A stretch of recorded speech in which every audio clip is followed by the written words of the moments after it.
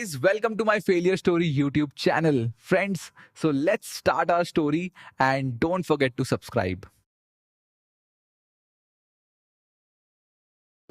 गंगा के किनारे बसा था एक पुराना प्रदेश। मिथिला आवाज। यहाँ लोग मेहनती, भावनात्मक और जिद्दी थे। यहाँ हर इंसान राजनीति को दिल से जोड़कर देखता था, जैसे चुनाव नहीं, जिंदगी का फैसला हो। उम्मीदों की धूल पिछले कई सालों से राज्य पर एक अनुभवी नेता का शासन था। उन्होंने बहुत काम किए, कुछ सफल रहे, कुछ अधूरे। लोगों ने उन्हें पसंद भी किया और कभी-कभी उनसे नाराजे भी हुए। समय बदला, नई पीढ़ी आई। युवा कहने लगे, हमें अब बदलाव चाहिए, नया रास्ता चाहिए। गांवों में चर्चाएं शुरू हो गईं, चाय की दुकानों पर बहसें होती। पुराना अनुभव ज्यादा जरूरी है या नया जोश? संघर्ष की शुरुआत जैसे जैसे चुनाव नजदीक आया, पूरा प्रदेश एक रणभूमि में बदल गया। हर गली, हर नुक्कड़ पर पोस्टर, भाषण, नारे। लोगों के बीच एक अद्भुत ऊर्जा फैल गई। पुराने नेता की रैलियों में भीड़ थी, लेकिन सवाल भी थे। नए नेता की सभाओं में जोश था, लेकिन अनुभव कम। हर मतदाता अपने मन में तोल मोल कर रहा था। मैं किसे वोट दूं, जिसने रास्ते बनाए या जो रास्ता बदलना चाहता है?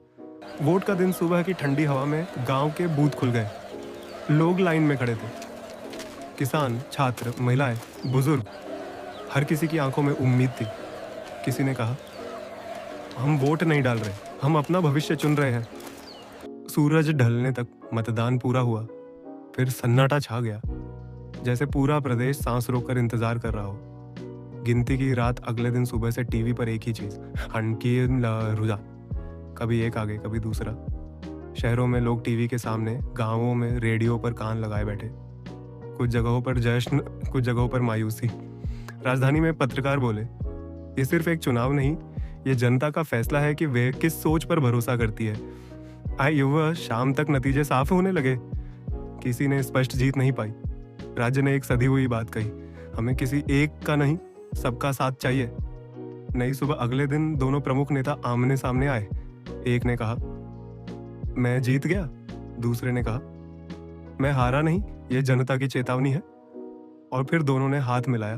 भीड़ ने तालियां बजाई। किसान बोला, अगर सब साथ चले तो खेत हरे होंगे। शिक्षक बोला, अगर झगड़े कम तो बच्चे आगे बढ़ेंगे। और एक बूढ़ी औरत ने मुस्कुराकर कहा, नेता बदलते रहेंगे पर जनता हमेशा सबसे बड़ी रहेगी। उस दिन बिहार की धरती पर एक नई सुबह हुई, जहां किसी ने सिंहासन नहीं जीता बल्कि संवाद जीता।